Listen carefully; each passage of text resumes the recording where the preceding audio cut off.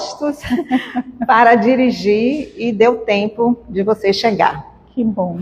Fiquei feliz também. Muito bem. Feliz. Bom, eu queria ser que nem Iramar, né? Que eu acho lindo quando ela se apresenta aqui, extensivo para quem tem uma deficiência que está em casa. Mas eu não sei Libras, então eu não sei falar o meu nome, mas eu vou tentar fazer a minha autodescrição. Quando Iramar começou a trazer isso aqui, acho que já tem umas 2 vezes, né, que ela fez, eu fiquei pensando assim, no público que a gente quer alcançar. Na Semana Espírita, a gente está, inclusive, pensando em ter, né, tradutores de Libras para as pessoas que portam a deficiência auditiva, que é importante. Mesmo que a gente tenha um número reduzido, mas a gente tem que pensar na inclusão. E quando Iramar estava aqui fazendo a autodescrição dela, eu imaginei, não apenas para quem tem a perda auditiva, mas principalmente quem não tem a visão, né, a perda visual. O quanto é importante a gente também se preocupar com este público que pode nos assistir agora ao vivo ou em outro momento. Então, eu vou me autodescrever. Nunca fiz isso, é a primeira vez, né? Tô que nem Sandra aqui, para mim tá tudo estranho. Eu estou Márcia, né, nesta encarnação, então eu tenho uma estatura média, queria ser mais alta, né? Estou vestida com um vestido azul, toda de azul, combinando com a minha companheira, e estou inserida neste ambiente daqui, que é a nossa casa. A gente costuma dizer que é um ponto de luz, né? Toda casa espírita é um ponto de luz na cidade. Então, estamos aqui envolvidos nessa casa, não estamos sozinhos, estamos com uma plateia, com pessoas de casa, com a espiritualidade presente. Sempre e fixado na parede está a imagem de nosso Senhor Jesus Cristo, nosso grande mestre e guia. E estou muito feliz por estar aqui hoje. E aí eu dedico essa autodescrição para um tio meu, que é portador de deficiência visual, que não sei se ele vai conseguir assistir, mas ele é espírita, mora em Cruz das Almas e ele sempre acompanha tudo relacionado ao espiritismo, ouvindo no seu radinho.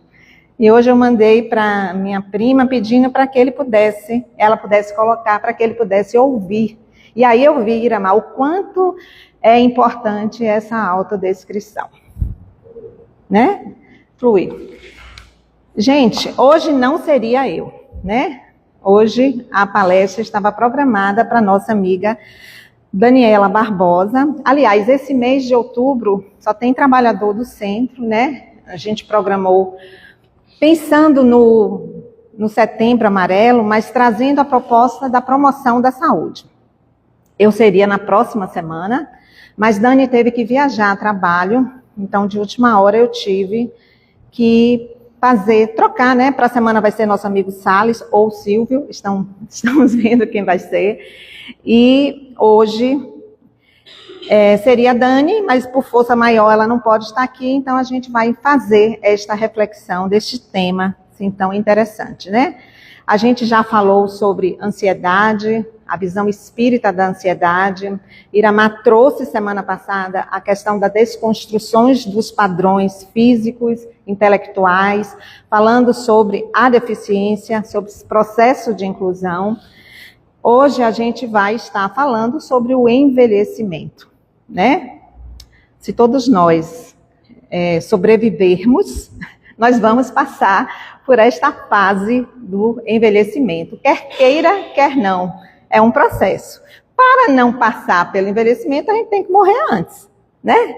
Então, só não vai passar pela velhice quem desencarnar. Como eu acredito que ninguém aqui quer morrer para não envelhecer, nós então vamos passar por essa etapa primordial da nossa vida, né? Que é determinismo divino. Da mesma maneira que nós vamos alcançar a perfeição em algum momento da nossa caminhada evolutiva, nós encarnados que não desencarnamos antes, em alguma idade mais nova, vamos vivenciar o processo da velhice, né? Do envelhecer. E aí, eu começo trazendo essa frase que Dona Antônia gostou muito, né, Dona Antônia, de Mário Quintana, que nascer é uma possibilidade, viver é um risco e envelhecer é um privilégio. Nós espíritas sabemos do nosso compromisso reencarnatório, né, do nosso planejamento para podermos reencarnar, para podermos nascer, para podermos sobreviver, para viver tantas situações do dia a dia e para podermos evoluir. Inevitavelmente, a gente que consegue vencer algumas etapas, chegando ao envelhecimento, é um privilégio. Então, nós somos privilegiados por essa bênção, dessa passagem por essa etapa de vida, que, infelizmente, é muito associada à decadência, né? O velho, o idoso, o doente, muito no aspecto físico. Eu não consigo mais ter a mesma memória, eu não consigo mais fazer determinado movimento, eu já estou esquecendo, já estou de cabelos brancos, né? Eu não consigo mais fazer determinadas coisas. Então a gente fica muito fixada nas questões negativas dessa fase, não valorizando outras dimensões, porque nós não somos apenas um corpo biológico, né? E essa figura que ela traz o processo do envelhecimento, tanto no homem como na mulher, que é igual, do nascimento até a idade do idoso. Porque existe uma diferença entre envelhecer e velhice. Envelhecer é um processo natural da vida que começa desde o nosso nascimento, né, até a fase adulta, a fase do idoso. Então é processo. Desde que a gente nasce, a gente já está envelhecendo. Desde a barriga da nossa mãe, que a gente sabe que já existe vida, nós já começamos esse processo, porque a nossa vida, ela é uma só. Vida do espírito. Mas nós temos várias oportunidades evolutivas através das encarnações. Por isso que a gente nasce, morre, reencarna, e a gente vai fazendo esse processo até alcançarmos a nossa evolução. Então, o processo de envelhecimento compreende tudo isso, desde o meu nascimento até o meu desencarne com a idade da velhice, tá? E a velhice em si é a questão da idade senil, dos 60 anos, que somos considerados idosos de acordo com o nosso estatuto. Nos países subdesenvolvidos, geralmente idoso com 60 anos, nos países desenvolvidos, essa idade já chega aos 65 anos, né? Então, envelhecer é um processo que começa desde o nosso nascimento.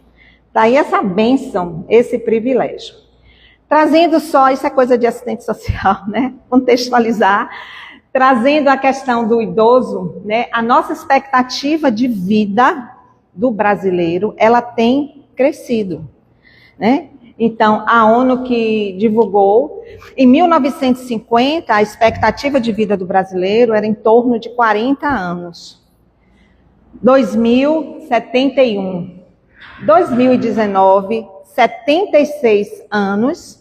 E 2021, 75. A gente percebe que teve uma diminuição aí, em função da Covid, do grande número de mortes de desencarnes nessa época, né? E existe, hoje, a nossa expectativa de vida é de 76 anos e 8 meses, né? Então, a gente tem a expectativa de vida sendo prolongada. Eu acho que eu já falei isso aqui outras vezes, que eu cresci ouvindo meu pai dizer que ele ia, eu ia usar o termo desencarnar, né? Que ele ia morrer com 60 anos, porque a expectativa de vida do brasileiro naquela época era 60 anos. E eu morria de medo de perder meu pai. E ele fazia esse terror, ele adorava dizer essas estatísticas. E dizia, eu só vou viver até 60, porque brasileiro, a média de vida do brasileiro era 60 anos. De fato era, quando eu era pequena, né? E hoje meu pai tem 91 anos, ou seja, já tem 31 aí de crédito nas contas, de acordo com as contas dele, né? E está convivendo com essa fase delicada da velhice, que tem muito me ensinado a como não fazer algumas coisas que ele faz, mas aí eu chego lá. A expectativa é que em 2050, 81 anos, 2100, 88 anos. Né? Então a gente já ouviu, inclusive, mensagens da espiritualidade que nesse processo de transição que o planeta está passando, no mundo de regeneração, nós vamos realmente viver mais tempo, né, com outras características de vida. Esse aumento da expectativa tem muito em função de que melhorou muito o processo de saúde, por mais crítico que seja, né, que a gente tenha essa criticidade em relação aos nossos programas de saúde, mas sem dúvida nenhuma existe avanço nos tratamentos da doença. Né? A gente costuma ver no histórico da vida que se morria muito cedo, quem tinha pneumonia, quem tinha tuberculose, né? Na década, quem tinha câncer, ninguém falava a palavra câncer, que parece que era contagiosa, né? Fulano tem CA, cicrano descobriu aquela doença. Era uma coisa tão distante que hoje eu duvido que não conheçamos alguém que seja na nossa família que tenha passado por esse processo ou passa, que é uma coisa assim muito natural, né? Já foi a AIDS, que matava muito, a gente teve o Covid expressado inclusive ali, e a própria ciência, com a própria inovação, com os estudos, com as pesquisas, vem trabalhando sim, contribuindo para esse aumento da expectativa de vida. Fora isso, o acesso às informações que hoje temos e também a questão do saneamento básico, que pode não ser a ideal que estamos vivenciando, mas a gente realmente constata uma melhoria ao longo do processo de uma população. Então, no Brasil hoje, há cerca de 32 milhões de pessoas com 60 anos de idade, ou seja, em torno, hoje não, no censo de 22, 15% da população de idosos. Essa tendência, de acordo com as outras, vai aumentar, né? E existe uma previsão que em 2070 seremos em torno de 37%, 38% da população. Então existe uma inversão na pirâmide, né? Que é que a gente via antes. Os idosos estavam pequenininho, né? Muitos jovens. Hoje não. Hoje a tendência, e a gente percebe isso nas nossas famílias, que antes os nossos avós tinham muitos filhos, com o advento da mulher se inserir no mercado de trabalho, a mudança, saída da zona rural para a urbana, isso foi mudando completamente a realidade social e econômica do nosso país. Então, hoje, as famílias não mais comportam tantos filhos, porque antigamente a mulher era para ser mãe. Hoje não. Hoje a gente trabalha, hoje a gente é mãe, é esposa, é filha, se vira nos 30, né? Então, realmente está diminuindo a quantidade de filhos. E é muito comum a gente ver pessoas hoje, essa juventude, eu não quero ter filhos. Né? Tem até outro dia eu estava lendo um artigo que os casais estão substituindo os filhos pelos pets. Então, eu sou mãe de cachorro, eu sou avó de cachorro, né? Eu sou mãe de cachorro, então eu não tenho filhos. Né? Antigamente se tinha os bichinhos, e hoje existe uma tendência, e muito por opção também das pessoas, de algumas não quererem engravidar, também muito em função da nossa realidade financeira e econômica, dessa instabilidade que a gente vive, né? Com certeza, um avô nosso que criou 10 filhos num contexto mais rural, hoje teria muito mais dificuldade com a nossa realidade que vivenciamos, criarmos 10 filhos, né? É uma coisa que a gente não costuma ver. Uma família hoje está com essa disponibilidade para ter esse número de crianças. Então, isso traz uma realidade e inúmeros desafios, porque a partir do momento que nós vamos ter uma população mais idosa, a gente tem que se preocupar do ponto de vista da saúde, da economia, da sociedade, né? A gente vai ter que ter políticas públicas de saúde voltado para o idoso. E não apenas para os jovens, os mais jovens, mas a gente vai ter que entender mais das doenças dos idosos, nos especializar, né? Não apenas os geriatras, que são os médicos especialistas para cuidar, mas toda a equipe de gerontólogos, né? Que é uma equipe multidisciplinar que vai estudar e tratar sobre os problemas da velhice.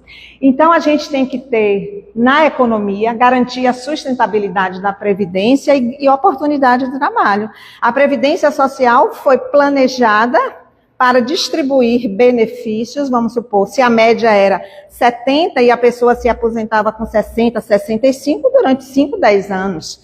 Com a expectativa de vida, a gente vai ter que ter uma reprogramação financeira, porque vai ser concedidos mais benefícios por mais tempo. Então, esse dinheiro tem que estar programado, porque vai entrar menos e vai sair mais. Então, toda essa preocupação os governos têm que ter em relação a essa questão. E também oportunidades de trabalho, porque temos que ter oportunidade, e hoje eu vejo isso, né?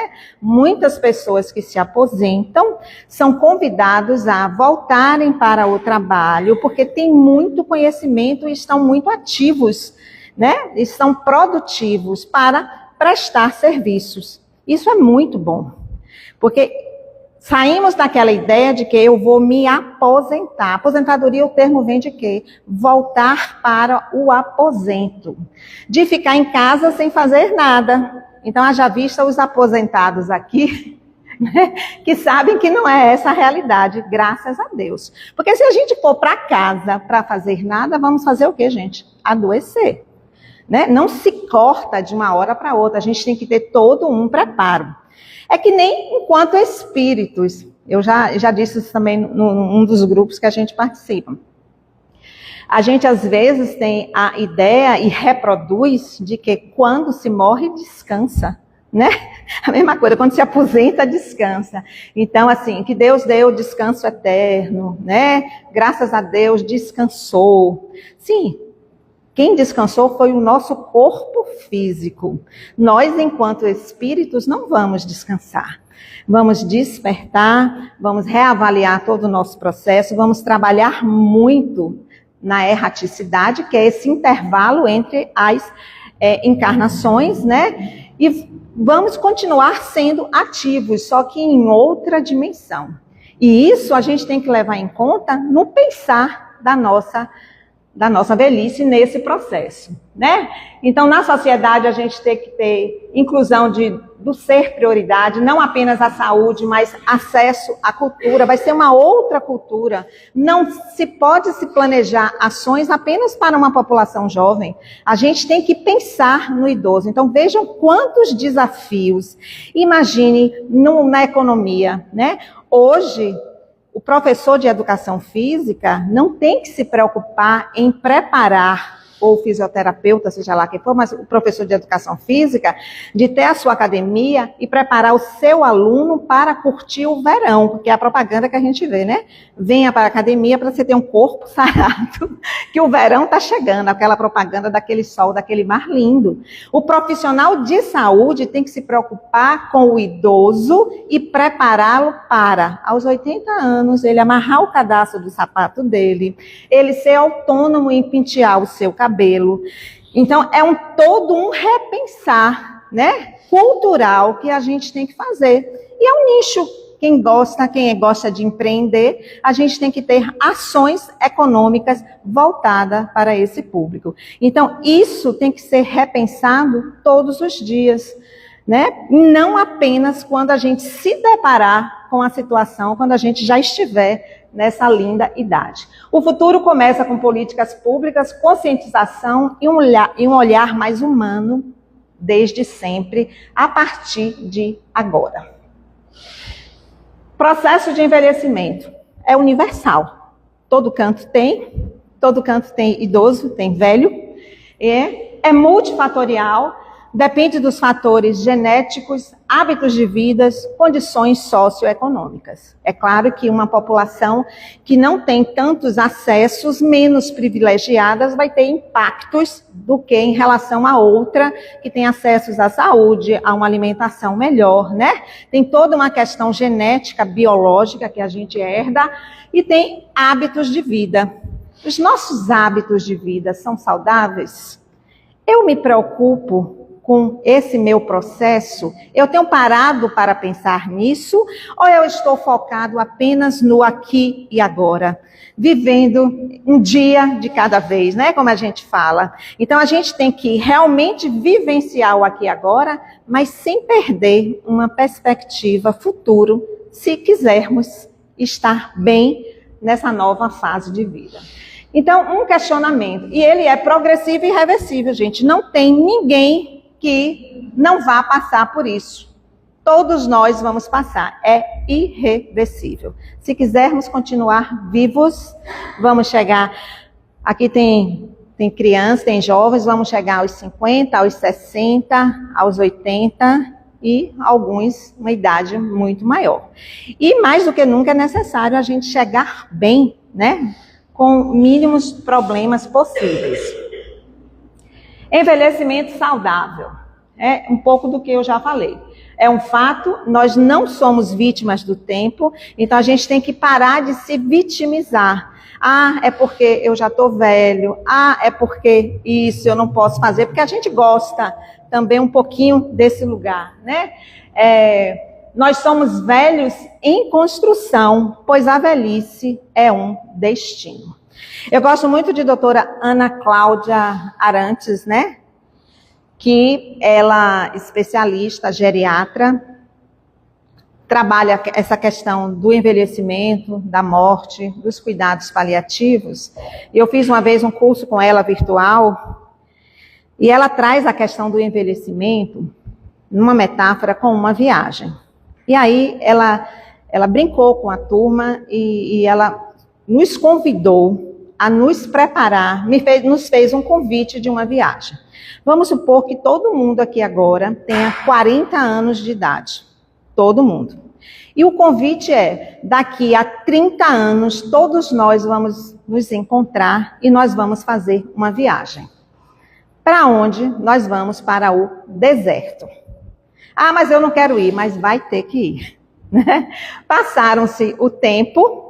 30 anos depois, nós nos encontramos. Alguns contrariados, outros felizes, e vamos embarcar. Chegando no deserto, segundo ela, na narrativa dela, deserto, o que é que a gente sabe? É um lugar quente, né? Algumas pessoas não se prepararam, não levaram água o suficiente. Outros nem protetor solar, né? Outros, alimentação, não se preocuparam com isso. E aí começaram as reclamações. Ah, eu não trouxe isso, esqueci daquilo. Chega à noite muito frio. E as pessoas, como faz frio no deserto? Eu não trouxe roupa de frio. Mas como? Você não sabia que a gente ia viajar para o deserto? Você não pesquisou sobre isso? Você não procurou saber quem já foi e o que precisava levar? Então são questionamentos de uma viagem no tempo para um determinado local. Esse deserto, gente, metaforicamente chamando, é a nossa velhice. É o nosso envelhecimento.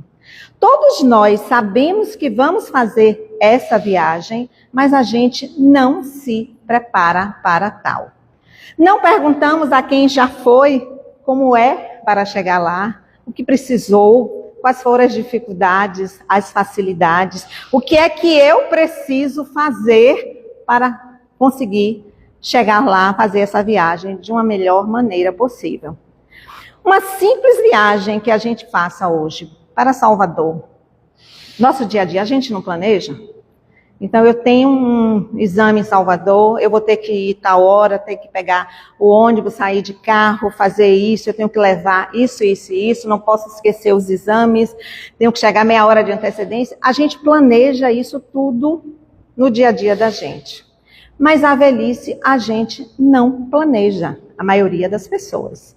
Nós não gostamos de pensar nela, assim como muitos de nós não gostamos de pensar na nossa amiga morte, que vai ser também um processo irreversível, que vai chegar em algum momento, mas a gente, até espírita, não gosta nem de tocar no assunto.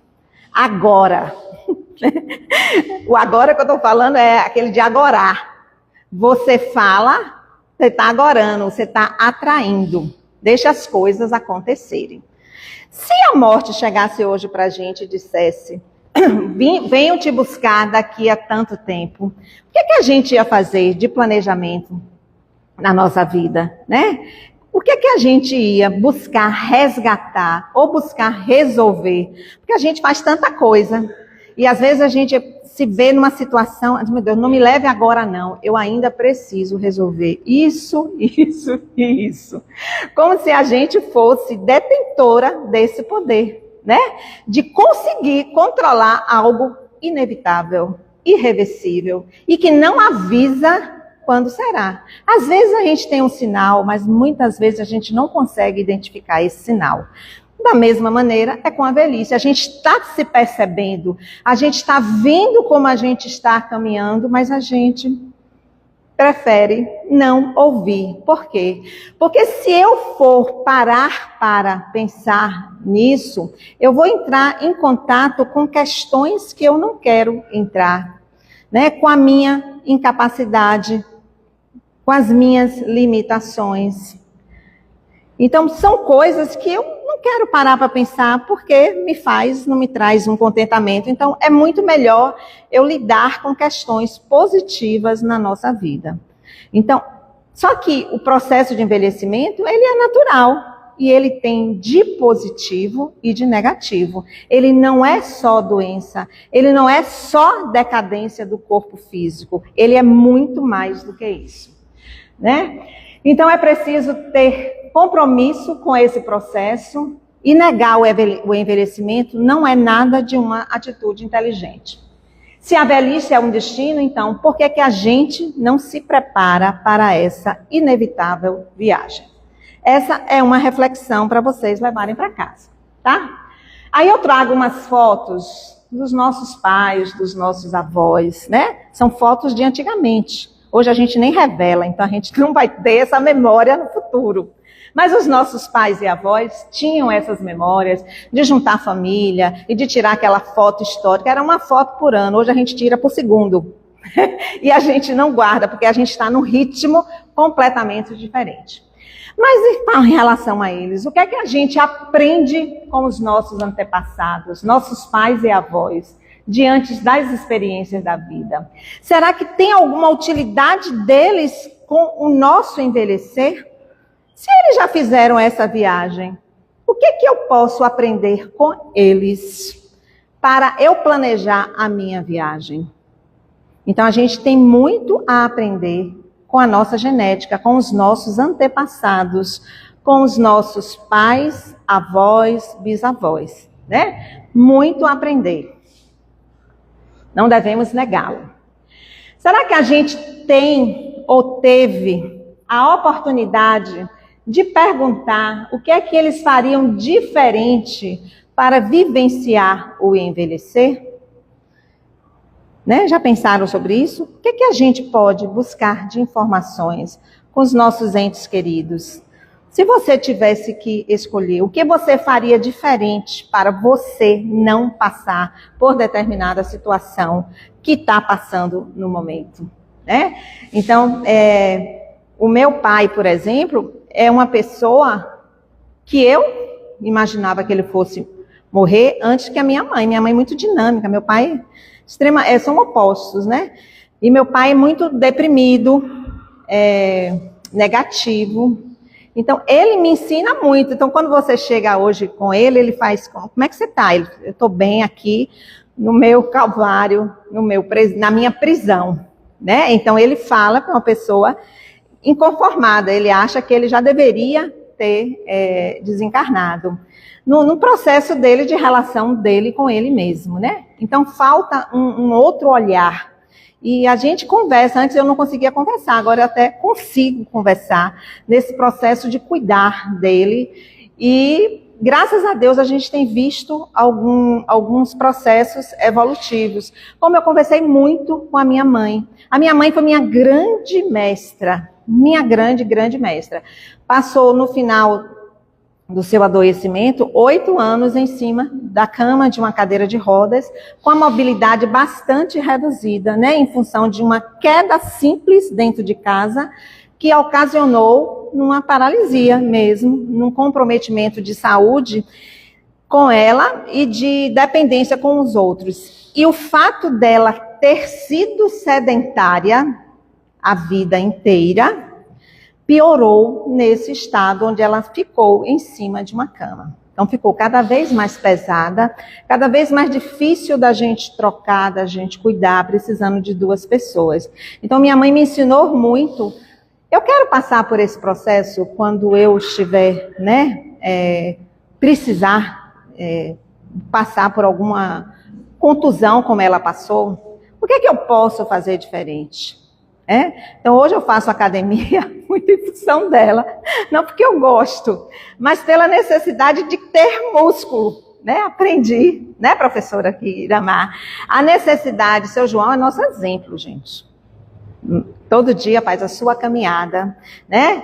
É escolha consciente. Que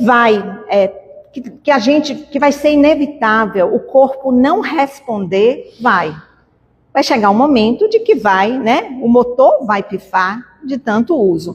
Mas é que nem um carro. O que é que eu faço para que o meu carro tenha uma vida útil melhor? Ou eu vou ter que trocar de carro todo ano? Eu não tenho como trocar de corpo todo ano, né? Não nos é facultado isso, não é permitido isso. Então, eu tenho exemplos dentro de casa. Ou eu busco ter uma atividade que me dê mais mobilidade. E caso eu passe por uma situação semelhante da minha mãe, eu vou ter reserva. É que nem eu tenho um carro e eu programo, daqui para Salvador eu vou gastar tanto. Aí eu vejo lá no balãozinho, no medidor lá, que dá para ir para Salvador com aquela gasolina. Acontece um imprevisto, um atalho, eu tenho que fazer isso e aquilo, e eu não tenho reserva. Então, assim, agora, se eu tenho uma reserva no combustível, eu posso ir e voltar tranquilo. A mesma coisa é o nosso corpo, né? E pesquisas mostram, gente, que pacientes em UTI, né, que tem massa muscular, que tem músculo, tem muito melhores condições de recuperação do que quem não tem, né? Então, daí a importância, e muitos médicos falam dessa questão da longevidade, da gente não perder músculo. Eu tenho um irmão que está passando por um processo muito difícil agora, porque foi constatado que ele já perdeu mais de 50%. Então, a gente percebe a olho nu, olhando para ele, o quanto está difícil para ele. E a gente tem um exemplo muito forte, que é meu pai. Meu pai foi esse processo, e ele está fazendo igualzinho, né? Tem a oportunidade de fazer diferente? Tem, mas está faltando o quê? Essa consciência da gente de pensar na gente, porque a gente não pensa. A gente vai vivendo e a gente não vai se planejando para chegar a este momento, né? E também tem a nossa própria história de vida. Se a gente pegar as nossas fotos de criança, de adolescente, o que a nossa história até hoje nos ensinou? Que cuidados eu tive com a minha saúde não apenas física, mas emocional. Quando eu pego uma foto assim, aqui foi um determinado momento da minha vida, eu estava feliz, eu estava realizada, aqui eu estava depressiva, triste, vivenciando isso, mas eu consegui passar, né? Estou aqui. Então, o que é que a minha própria história me ensina? Então, a gente tem que aprender com o outro que está ao nosso lado e com a gente mesmo. É um processo eterno e contínuo, né? Então, o que é saber envelhecer? Saber envelhecer é saber viver nas diversas etapas da vida. É poder, enquanto jovem, viver bem e a longo prazo. Então, eu tenho que saber viver a minha infância, a minha adolescência, a minha fase adulta, para, consequentemente, chegar bem na minha fase idosa. Então, é saber viver cada fase. com esse olhar de futuro e não apenas se dando conta e tratando do irremediável quando a gente chega e muitas vezes numa situação que realmente é irremediável, não tem mais jeito. Envelhecer bem é envelhecer com saúde?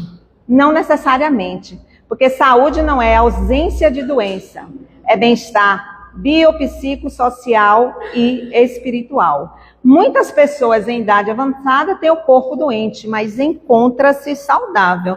Então, às vezes, eu não tenho um corpo que responda, mas eu tenho uma mente boa, eu tenho um bem-estar comigo mesmo, né?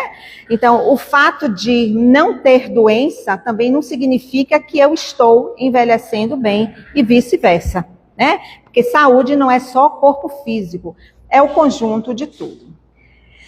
O tempo voa, né?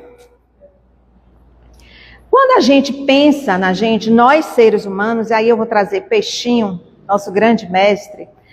Peixinho, ele nos trouxe essa compilação desse gráfico, desse monógrafo aí, que ele fala das nossas dimensões. Nós somos, teve até um tema de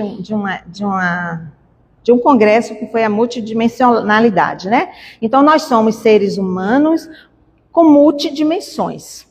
Nós não somos apenas a dimensão corporal, biológica, física, material. Nós temos a dimensão mental, emocional, valorativa. Ele listou 15 dimensões que estão no movimento do centramento, descentramento e supercentrar-se. E tudo isso a gente vivencia em todas as nossas encarnações e contribuem para a nossa evolução. Então, não vou entrar em detalhes, né, em todas as dimensões, mas é como a gente parasse para pensar na gente mesmo, né? O que é que eu estou fazendo do ponto de vista biológico com o meu corpo, o que eu já fiz, com a minha mente, como estão as minhas emoções, os meus valores, o que é que eu dou valor hoje na vida, na fase em que me encontra. A questão volitiva, as minhas vontades, quais são as minhas vontades hoje? Né? São vontades voltadas apenas para mim, voltada para o coletivo, voltada para transcender. Então, são questionamentos que é necessário a gente fazer para a gente entender nessa complexidade que somos. Somos espíritos imortais, multidimensionais. Somos várias dimensões que nós atuamos. E a cada experiência, a cada encarnação, tem encarnação que eu valorizo mais determinada dimensão, outra tem momentos da vida da gente também. Só que esse somatório todo, o todo está nas partes, a parte está no todo, nos forma, nos conduz. E aí, Peixinho traz a questão da gente parar e pensar nessas dimensões. E quem gosta de escrever é ótimo, quem está aposentado, que tem um pouco mais de tempo, de estar anotando mais ou menos, né? Como é que eu estou em cada dimensão dessa? O que é que eu preciso estar melhorando? Né? Qual é a minha relação? Sem esquecer com aqueles movimentos. Eu estou muito centrada em mim, eu tenho um olhar mais coletivo, e eu consigo transcender que a minha relação com o todo maior, com a minha essência, com o divino, com o sagrado que habita em mim. Então, são questionamentos importantíssimos que a gente pode fazer. Isso aqui é um exercício que a própria Ana Cláudia, ela fez com a gente, que é refletindo sobre as metas. Já que a velhice é uma viagem, é um destino, e eu tenho que me planejar, me programar. Aí ela fez um pequeno exercício em 2 dimensões. Segundo ela, pesquisa, ela botou aqui a dimensão física, né? E pesquisas apontam de que o que é que você mais teme na velhice? As grandes questões foram ficar demente e depender das pessoas fisicamente. E aí ela pergunta, ela mandou a gente fazer esse exercício. Gente, é difícil, mas é legal quando você se vê no papel pensando e anotando, entrando em contato consigo e colocando de fato, né? O que você não quer que aconteça com você no futuro?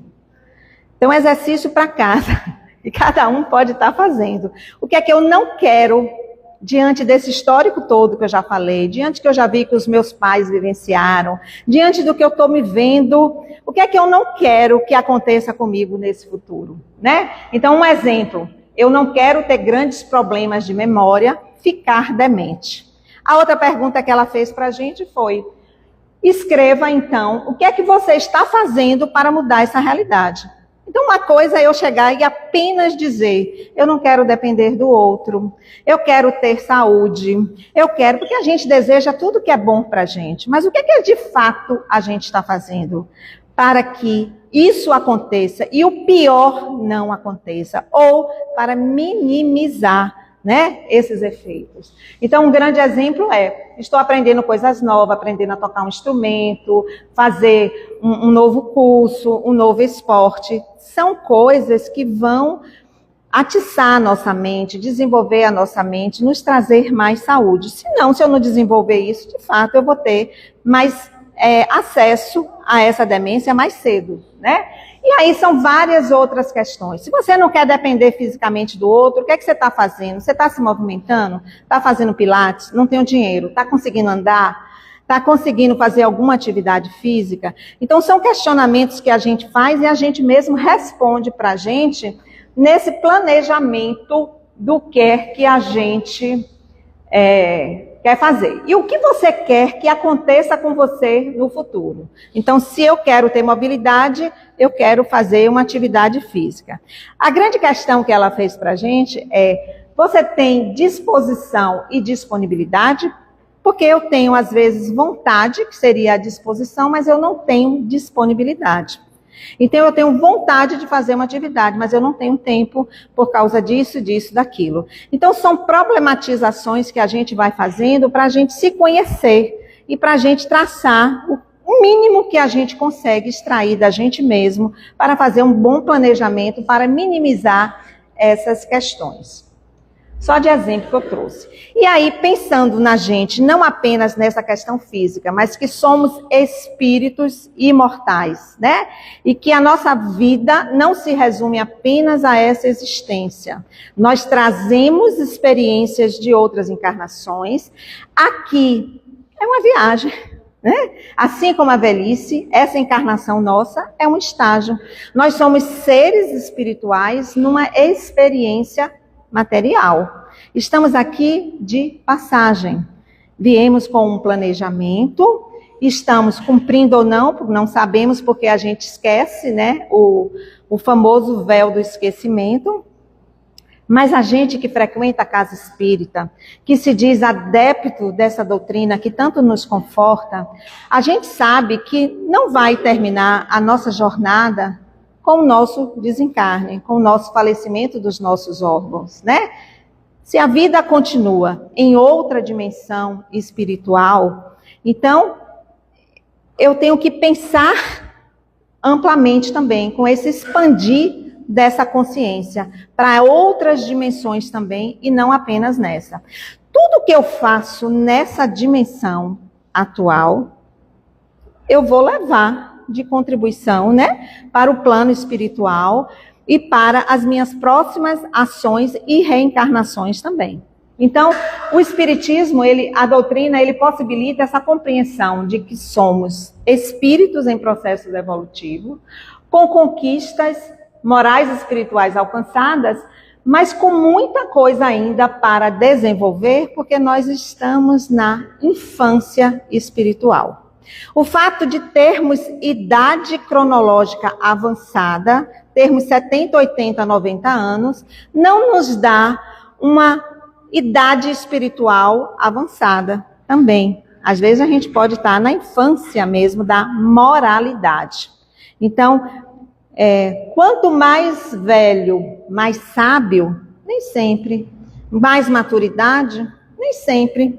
Às vezes a gente conhece pessoas mais jovens, que têm mais maturidade e compreensão das coisas, que a gente até fala, né? Tem um espírito de velho, do que pessoas com a idade avançada. Quantos velhos, idosos, teimosos, incompreensivos, rabugentos e que ficam, né, na repetição.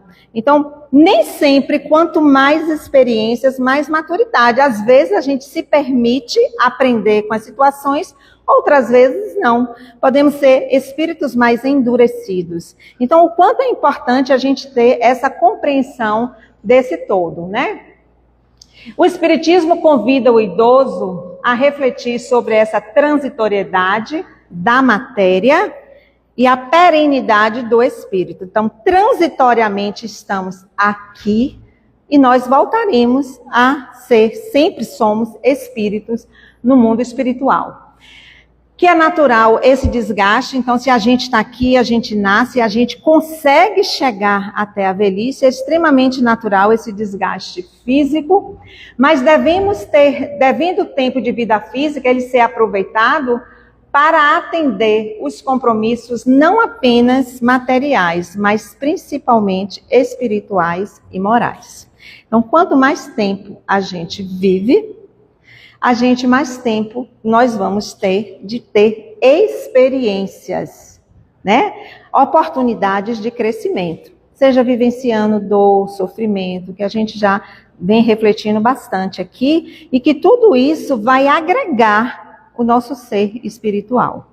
Então, o quanto é importante a gente ter essa noção de que a minha vida não vai acabar, ou a de qualquer idoso, com a morte, que muitas vezes a gente faz, descansou, o idoso sofreu muito, está sofrendo em cima da cama, né? Então descansou. Mas a gente vai levar essa experiência para o mundo espiritual e vamos renascer outras vezes, trazendo algumas consequências. É claro que tem determinados planejamentos reencarnatórios que a gente vem mesmo com esse compromisso da deficiência, né? Mas tem outros que nós é que provocamos mutilações no nosso corpo, né? Por descuido, por negligência, mesmo com esse cuidado. Essa visão, né? Joana já nos traz a mensagem de que a velhice é quadra abençoada da existência planetária, que nem todos têm a oportunidade de alcançar. É um repositório de experiências, é um campo de sabedoria a serviço da vida. Respirando e agindo, estás envelhecendo. Então pense nisso. Eu agora estou mais velha do que há 1 minuto atrás, né? Todos nós aqui. Vamos sair daqui mais velhos e a cada dia, a cada despertar, nós temos a bênção do despertar e do envelhecer. Lembrando que envelhecimento faz parte de toda a etapa da nossa vida, e não apenas quem tem 60 anos em diante. Leon Denis, ele traz que a velhice é um inevitável fenômeno biológico de desgaste que todos os seres vivos vão passar, resultado de esforço mantido pelos equipamentos orgânicos. E que essa fase também, chamada de terceira idade, representa a experiência e a sabedoria, riqueza que são levadas pelo espírito que se desprende deste mundo da matéria mais densa. Aquilo que a gente já vinha falando. Todas as nossas experiências que passamos aqui, nós como espíritos vamos levar conosco, né? Independente de qual seja ela, boa ou não. Ainda Leon Denis sobre o problema do ser, do destino e da dor. A doutrina espírita nos fala da reencarnação como a lei natural e biológica, em que somos hoje o resultado do que fizemos ontem e seremos amanhã o produto do nosso esforço atual. Fala-nos da dor, principalmente da dor representada pela velhice enferma, a velhice doentia. É óbvio, gente, que quando a gente chega numa situação de uma doença, existe muito sofrimento, né? Existe realmente um contato com uma realidade muito sofrida. Algumas vezes é inevitável, outra não. E a gente precisa ter essa compreensão desse sofrimento e de como é que a gente passa por essa situação da velhice enferma. Chegando a hora, outro pensamento de Leon Denis sobre o envelhecer é que ele não pode ser compreendido apenas como uma decadência, mas como um progresso evolutivo. Precisamos encontrar o verdadeiro sentido da eternidade. Então, a gente hoje está acostumado, estamos inseridos numa sociedade que faz tudo para que a gente permaneça jovem, né? A gente hoje tem todos os tipos de procedimentos estéticos para que a gente não aparente a idade. A gente tem vestuário, a gente tem pílulas, a gente tem medicação. Hoje a gente não pode faltar nada, que a tecnologia e a inteligência humana cria algo para suprir é o movimento da vida, né? Então, se eu não funciono em determinada coisa, existe um remédio para isso. Então, a gente não pode ficar mais idoso, né? Eu acho lindo quem tem os cabelos brancos. Eu vou conseguir chegar lá ainda nessa transição, mas muita gente não consegue assumir e faz parte também da sua identidade, de você se sentir bem, né? Regi tem uma cabeleira maravilhosa agora, toda prateada. Então, assim, quem assume, mas também está tudo certo. Quem ainda não tem essa capacidade como eu, é uma pré-idosa, já serei idosa no próximo mês, né? E depois eu vi, que bom que eu estou revendo esses conceitos, já que eu já estou também nessa melhor idade. Uma coisa que eu não falei, que eu acho importante, com essa relação que a gente tem com os idosos, com os nossos pais, eu vi muito isso de minha irmã. Minha irmã fala assim, porque agora nós somos os pais, né? Inversão, a gente ouve muito isso, né? É inversão de valores. Eu estou cuidando da minha mãe, ela é minha criança e eu sou o responsável. A gente tem que ter cuidado, e eu revendo esses estudos, eu vi muito psicólogo, muito terapeuta falando, inclusive Ana Teresa Camasmi, que é psicóloga e espírita, e ela nos trazendo para esse ponto de reflexão. Não existe isso de que tem essa inversão, né? São coisas naturais que acontecem. Então eu tenho que olhar para a minha mãe, que usa fralda hoje, não é porque ela usa fralda que ela voltou a ser criança, e eu que estou cuidando, que eu sou tipo a mãe. Minha mãe vai continuar sendo a minha mãe. O meu pai vai continuar sendo o meu pai. O meu olhar para ele é que vai mudar. Então, antes, quando eu era criança, eu olhava meu pai como um herói, né? Eu tinha o símbolo da fortaleza, da autonomia. Hoje, eu tenho que compreender as limitações dele. É a questão, gente, que está no Evangelho. A gente tem que honrar pai e mãe. Então, no nosso cuidado com eles, não é que eles voltaram a ser criança, eles continuam sendo nossos pais. E nós temos, né, como respeito, eu não vou nem colocar a palavra obrigação, mas como respeito de cuidar do ser, fazendo aquele processo que Peixinho nos chama, né, do descentrar-se. A vida não gira apenas para mim. Eu recebi tanto deles que agora eu me sinto, e é tão bom quando a gente faz isso de forma espontânea, sem a obrigação. Eu me sinto no prazer de estar cuidando. E isso não é fácil, chegar a essa conclusão. No meu processo de relação, de cuidado com a minha mãe, foi muito difícil. 8 anos de cuidados intensos. Minha mãe era muito forte, difícil, uma pessoa difícil, que me testou muito. Então eu brigava demais no início. Era aquela coisa da obrigação. Mas, assim, as experiências são fantásticas. Acho que a espiritualidade é maravilhosa e sabe tudo, né? A gente aqui não sabe nada. Quando a gente começa a aceitar o que chega, e tem um processo que eu acho que é comum a todos nós. Quando a gente está com um ente doente, a gente faz de tudo para que aquela realidade se mude.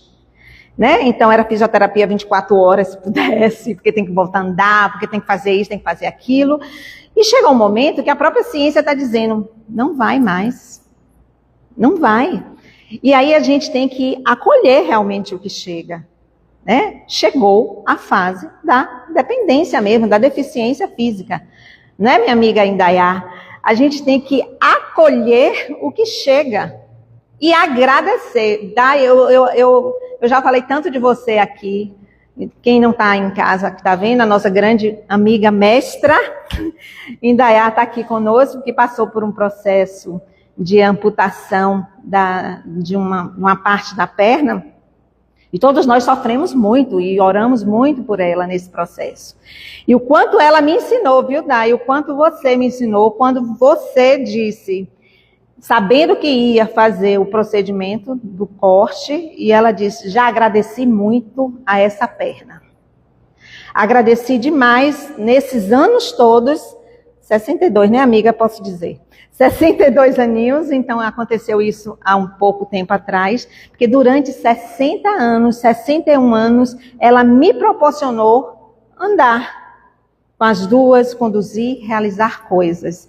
Então, eu posso olhar no desespero, na lamentação, na raiva, ou eu posso olhar também por esse processo com muita gratidão. E aí a gente precisa, gente, de muita fé, de muita confiança para fazer isso que eu estou expondo aqui, pedindo, sem pedir permissão, mas sabendo dessa experiência, o quanto ela é única de cada um de nós. Porque não é fácil passar por esses processos de aprendizado. Isso é um grande processo de aprendizado. E é um movimento que não é só seu. A partir do momento que ela vivencia e compartilha isso com a gente, eu já me enxerguei nessa posição. O que eu faria, recebendo essa notícia, indo para o centro cirúrgico, sabendo que eu vou perder um membro meu, qual é a minha reação?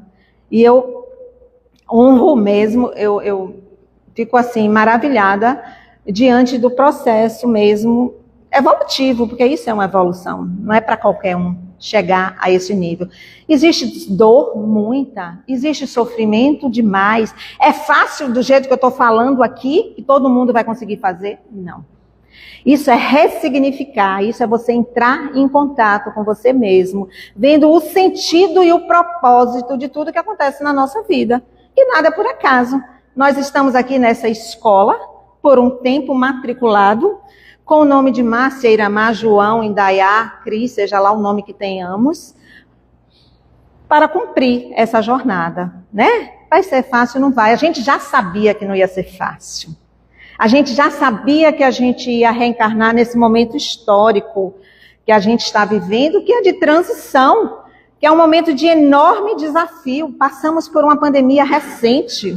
Somos todos vitoriosos, vencemos a pandemia, estamos vivos, né? Estamos aqui, mas estamos sujeitos a outros acontecimentos, a outras doenças que vão vir para nos ensinar, assim como a tuberculose, pneumonia, AIDS, Covid, outras virão, para fazer com que a sociedade como um todo repense tudo o que se está fazendo, desde físico, espiritual, moral, e o que é que esse grande aprendizado nos traz, né? Então, a doutrina espírita e o tema escolhido foi justamente esse: viver, envelhecer, evoluir.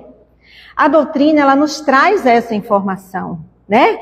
De que nessa vivência, passando por todas as etapas do envelhecimento, do nascer, de fato ao envelhecer, a gente consegue sim contribuir para a nossa evolução como espírito que somos, né? Isso é muito importante. Então, quando o indivíduo estiver consciente do seu destino eterno e quando tiver acumulado experiências proveitosas e puder repartir com os mais jovens os testemunhos de uma vida exemplar, o declínio físico pouco importará. Eu acho a espiritualidade de uma sabedoria. Se a gente for perceber, determinados momentos da nossa vida, a gente valoriza mais essa questão e a gente necessita desse vigor mais físico para realizar, para fazer acontecer.